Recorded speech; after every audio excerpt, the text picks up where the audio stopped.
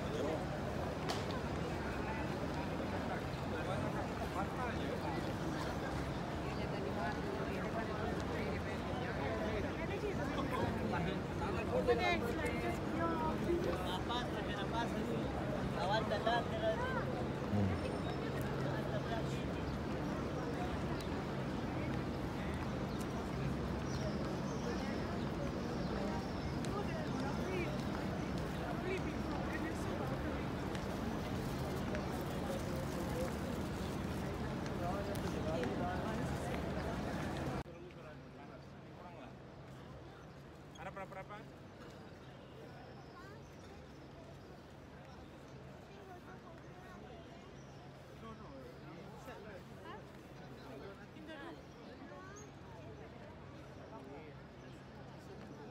Yang penuh rahmah dan berkah ini Allah Subhanahu wa taala telah menganugerahkan kepada kita nikmat yang sangat agung, nikmat yang sangat mahal, nikmat yang sangat mulia. Nikmat apa? Nikmat manusia tidak akan sanggup menilai besarnya nikmat sehat ini sementara dia belum pernah sakit. Oleh karena itu, kata Syekh Mutawalli Asy-Sya'rawi, ulama Mesir, mengatakan, apabila kita masih boleh jalan dengan dua kaki kita masuk tandas, tak ada orang yang tolong kita buka aurat, ya, tidur kita tak payah makan finkila, makan kita pun tak perlu dengan dimasukkan masuk air. Apa kata beliau? Ingat, anta malikun min mulukid dunya. Engkau adalah raja di antara raja di dunia. Jadi nikmat sehatnya sangat mahal. Karena nikmat sehat ini datang dari Allah. Bagaimana kita menggunakannya supaya Allah Ta'ala senang? Bagaimana kita menggunakannya supaya Allah Ta'ala bahagia? Bagaimana kita menggunakannya supaya Allah Ta'ala ridha? Tidak lain kita gunakan kepada sesuatu yang diinginkan oleh Allah. Rezeki datang dari siapa? Iman datang dari siapa? Sehat datang dari siapa? Kembali kepada. Kemudian alam punya siapa? Punya siapa alam? Langit dan bumi punya siapa? Manusia punya siapa? Makhluk binatang punya siapa? Rasulullah punya siapa? Kemudian Allah Ta'ala tanya kepada Rasul, ya Muhammad, aku punya siapa? Siapa yang boleh jawab ini? Aku punya siapa? Rasulullah pun tak boleh jawab. Maka Allah pun memberikan keterangan, aku punya orang. Siapa? Aku punya orang. Mau tahu tak? Aku punya orang yang membaca salawat kepada engkau, wahai kekasihmu Muhammad sallallahu alaihi wasallam. Jadi sudah tahu Allah punya siapa? Punya siapa? Punya orang yang membaca salawat kepada Rasulullah sallallahu alaihi wasallam. Kemudian seluruh ibadah kita mengikut Rasulullah sallallahu alaihi wasallam, betul tak? Salat kita ikut siapa? Sebab Rasulullah yang mengajarkan. Puasa kita ikut siapa? Zakat, umrah dan haji kita ikut siapa? Tapi ada satu ibadah yang tidak ikut Rasulullah sallallahu alaihi wasallam. Ibadah apa? Ibadah apa? Ibadah membaca salawat kepada Rasulullah sallallahu alaihi wasallam. Ini ikut siapa? Ikut Allah. Ingatkan 2 poin untuk hari ini. Jadi ingatkan ini kelebihan kebesaran salawat kepada Rasulullah sallallahu alaihi wasallam. Maka pada ini hari Jumat, Rasulullah sallallahu alaihi wasallam menganjurkan kepada kita agar beberapa aktiviti kita yang kita buat.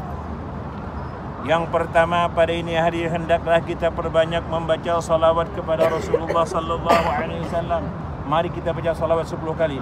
Allahumma salli ala sayyidina Muhammad. Allahumma salli ala sayyidina Muhammad. Allahumma salli ala sayyidina Muhammad. Allahumma salli ala sayyidina Muhammad. Allahumma salli ala sayyidina Muhammad. Allahumma salli ala sayyidina Muhammad. Allahumma salli ala sayyidina Muhammad. Allahumma salli ala sayyidina Muhammad. Allahumma salli ala sayyidina Muhammad. Allahumma salli ala sayyidina Muhammad. Sebab Rasulullah sallallahu alaihi wasallam bersabda, barang siapa membaca salawat 10 kali pagi, alhamdulillah. Nanti petang saya suruh lagi baca 10 ya. Tak perlu panggil Ustaz Salam. Kalau makan baru panggil Ustaz Salam. Nah, maka nanti petang kita baca 10 lagi. Apa kelebihannya? Barang siapa membaca salawat kepadaku, kata Nabi, 10 pagi 10 petang, dia akan berhak mendapat syafaat. Kenapa saya banyak membicarakan kebesaran Rasulullah SAW? Karena kita berada di bulan apa? Karena kita berada di tempat apa? Tempat kelahiran Rasulullah Sallallahu Alaihi Wasallam. Karena kalau macam orang-orang kampung, mereka mendengar Maulid Nabi di Mekah, tapi mereka tidak mampu datang ke sini. Jadi kita yang sudah Allah Ta'ala izinkan sampai ke sini, apalagi sudah ada yang beberapa kali, syukurilah nikmat itu. Karena Anda orang yang disayang oleh Allah. Karena Anda orang yang dijemput oleh Allah Subhanahu wa Ta'ala. Maka sekali lagi, mengingat pada ini hari Jumat, kata Nabi, perbanyaklah salawat pada ini hari, sebab pada ini hari Allah Ta'ala ciptakan tu kita yang pertama. Siapa tu kita yang pertama? Datuk kita yang pertama siapa? Nabiullah. Kena tak kena? Kena tak? Betul, kena nama. Kalau kakak cakap kena, saya tanya di mana jumpanya. Oh, saya jumpa di Gilang. Itu Adam. Itu Adam biasa. Tapi bukan Adam Nabi itu. Para tetamu Allah yang dirahmati Allah. Yang kedua kata Nabi, pada hari Jumat nanti Allah Ta'ala jadikan hari kiamat. Ini mesti akan terjadi. Sebab apa yang Nabi cakapkan pasti akan terjadi. Dia bukan Nabi lagi yang cakap, Allah inna sa'ata la'atiyatun la raiba fihi. Ini Quran yang cakap bahawasanya hari kiamat akan terjadi, tidak ada keraguan. Dan tanda-tanda hari kiamat sudah nampak. Ini seperti ini. Nampak tak? Sampai tak nampak pindik umum. Para tetamu Allah yang dirahmati Allah. Adapun tempat yang bersejarah, karena kalau saya berbuat terus kita habis masa nanti. Dengar ringkas, karena kita mau ziarah beberapa tempat lagi. Yang pertama saya akan menunjukkan salah satu kawasan yang sangat bersejarah yang merupakan pintu hijrahnya Rasulullah sallallahu alaihi wasallam, ialah rumah Sayyiduna Abu Bakar Siddiq radhiyallahu anhu. Abu Bakar Siddiq merupakan orang yang paling disayangi oleh Rasulullah sallallahu alaihi wasallam. Karena beliaulah yang rela mengorbankan seluruh hartanya untuk Nabi. Karena beliaulah menjadi teman hijrahnya Nabi. Bahkan Nabi tidak pernah sembahyang di belakang sahabat, kecuali di belakang Sayyiduna Abu Bakar Siddiq. Apa jasa Abu Bakar yang boleh ditulis dengan tinta emas? Jasanya dengan Rasulullah sallallahu alaihi wasallam. Sebelum Nabi hijrah, beliau siapkan 2 kendaraan yang bernama kendaraan onta di rumah beliau. Di mana rumah Abu Bakar sekarang ini? Mau tahu tak? Ini Makkah City sekarang ini. Syarikat Makkah ini company ini lah. Ini yang ada jam adalah rumah Abu Bakar. Tahun 90 mula-mula saya sampai di Makkah, mata saya masih dapat menyaksikan sebuah masjid yang namanya Masjid Abu Bakar. Kemudian tahun 91 dipecahkan, dinaikkan sebuah building namanya Hilton Hotel. Sekarang Hilton tukar namanya Makkah Hotel. Nasib baik kerajaan negara Islam, walaupun masjidnya kena buang, tapi dia masih ingat ini jasa saham. Dia sekarang gantikan masjid namanya Masjid Abu Bakar. Yang kaca ini. 3-4 laki-laki, tinggal 5 perempuan. Ini masjid nih. Ini yang ada kaca nih. Bentuknya pun macam masjid apa tak? Iya. Dan masjid pun tak bertukar, tetap namanya Masjid Abu Bakar Siddiq. Abu Bakar Siddiq adalah orang yang pertama beriman di pihak kaum lelaki. Ingat kan? Adapun perempuan yang mula-mula beriman kepada Rasulullah sallallahu alaihi wasallam siapa? Perempuan. Ingat tak? Siapa namanya? Siti Khadijah. Adapun pihak lelaki yang budak-budak siapa? Sayyidina Ali. Adapun hamba sahaya yang mula-mula memeluk agama Islam kemudian dia dimerdekakan, siapa namanya? Tak betul. Kalau betul saya kasih Baskin Robin. Siapa namanya? Bukan Bilal, bukan, tak betul. Bilal memang dia termasuk awal masuk Islam, tapi belum. Sebelum dia. Zaid bin Haris. Belum komplit. Tak jadi. Es krim separuh saja. Tak boleh ditambah jual separuh tuh. Zaid bin Haris. Siapa namanya? Zaid bin Harisah. Ingatkan. Zaid bin Harisah. Ini Zaid tahu tak?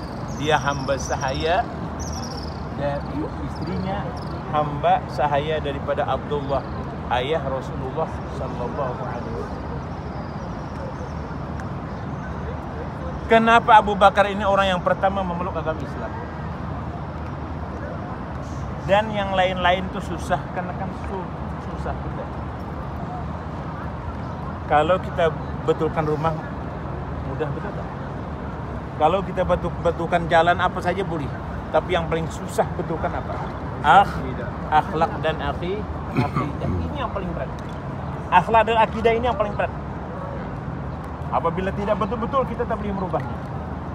Makanya merubah diri kita bermula dari kita diri sendiri. Orang lain tak akan mampu merubah. Kenapa Abu Bakar setelah diajak Nabi bukan macam yang lain, direct dia beriman kepada Rasulullah sallallahu alaihi wasallam? Karena ada peristiwa penting yang pernah dialaminya. Apa peristiwa itu? Abu Bakar usia 20 tahun dia bisnis internasional. Musim panas berniaga ke negeri Syam. Sekarang Syam ini Syria, Lebanon dan Palestina. Ke musim sejuk beliau berniaga ke negeri Yaman. Waktu sampai di negeri Yaman, Abu Bakar dijumpai oleh seorang pendeta. Tahu pendeta tak? Ketua agama Nasrani. Ketua agama Nasrani atau istilah kita padri. Tahu padri? Nah, padri. Padri ini usianya sudah 80 tahunan tapi mata hati dia sangat tajam. Dia tanya Abu Bakar, Quraisyun anta? Apakah engkau orang Quraisy? Naam, kata Abu Bakar. Kemudian kata orang tua ini, haramiyun anta? Apakah engkau orang tanah haram? Naam. Apa saja ditanya oleh orang tua ini, Abu Bakar tak boleh bohong. Dia boleh baca. Dia boleh baca. Kalau macam itu kata dia, you ada punya tahi lalat di paha sebelah kiri. Saya pun kata Abu Bakar belum cek. Ada tak ada? Ada tak tahi lalat sebelah kiri tak?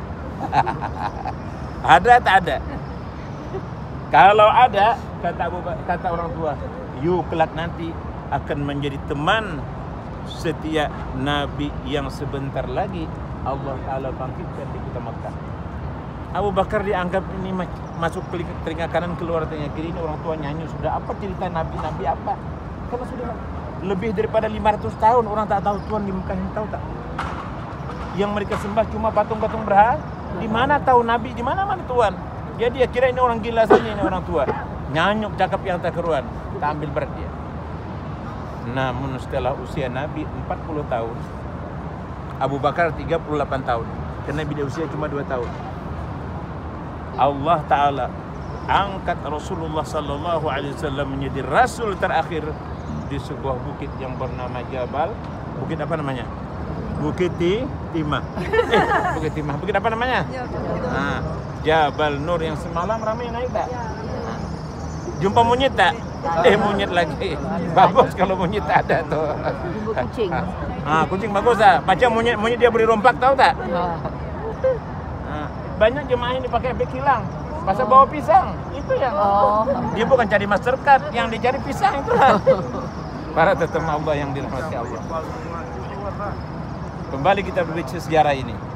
Maka setelah Allah Ta'ala angkat Rasulullah Sallallahu Alaihi Wasallam jadi Rasul terakhir, orang yang pertama diajak Nabi ialah Abu Bakar, karena dialah orang yang paling dekat dengan Nabi, teman setia sejak budak-budak. Kata Abu Bakar, wahai Muhammad, sebenarnya saya percaya 100% apa yang you cakap itu betul. Tapi saya mau bukti you menjadi Nabi akhir zaman. Dengan lantang Rasulullah cakap, cukup bukti saya menjadi Rasul apa? Bahwasanya engkau berjumpa dengan seorang pendeta 20 tahun yang lepas di sebuah kota di negeri sana. Dan dia sudah cakap pada awal tentang Nabi akhir zaman. Abu Bakar pun baru dia ingat, baru dia sadar.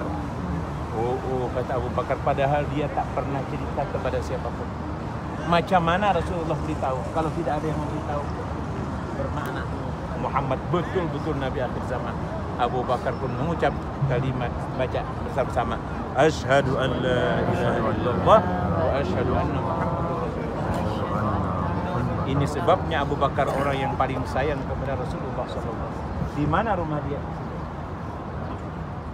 Boleh kita sekarang jalan? Kita ke Darul Arqam.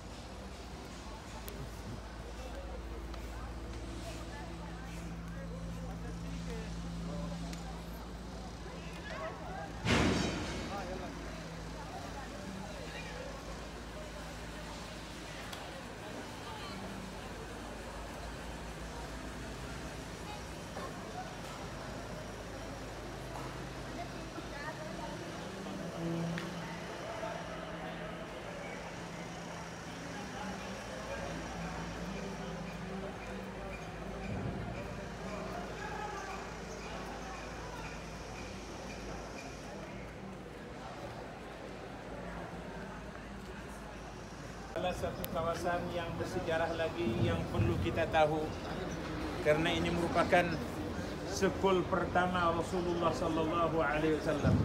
Madrasah pertama Rasulullah sallallahu alaihi wasallam ialah namanya Darul Arqam. Makanya saya tunjukkan tadi pintu kuning tadi, nampak tak? Kan dia tulis Al-Arqam gitu. Itu pintu masuk ke sini lah. Kan ini Darul Arqam, bahasa Arab, bahasa kita Darul Arqam itu rumah Arqam. Memang yang punya ini namanya Arqam Ibnu Abil Arqam. Arqam Ibnu Abil Arqam, kalau kita lihat biografi dia seseorang budak yang baru berusia 16 tahun. Dia kaya karena melihat keadaan Rasulullah sallallahu alaihi wasallam sangat menyedihkan. Tak boleh dakwah. Sebab apabila ada di tengok Rasulullah dakwah, pasti ada yang jadi korban jiwa. Kalau orang Quraisy tengok ada orang sembahyang, nyawa akan menjadi taruhannya. Inilah jahat dan kurang ajarnya orang-orang kafir Quraisy. Rasulullah sallallahu alaihi wasallam di awal beliau menyiarkan agama yang mulia ini dalam keadaan susah payah.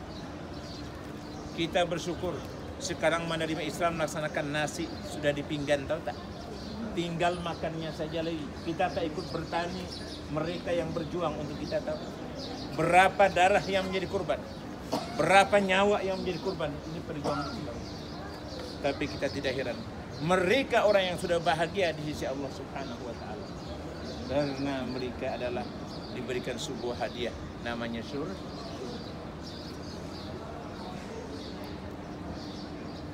Darul Arqam merupakan sebuah tempat yang sangat bersejarah lagi. Di sinilah tempat Islamnya Sayyidina Umar. Umar bin Khattab, kita semua kenal orang namanya ya. Orang ini merupakan orang yang nomor one membenci kepada Rasulullah sallallahu alaihi wasallam sebelum dia masuk Islam.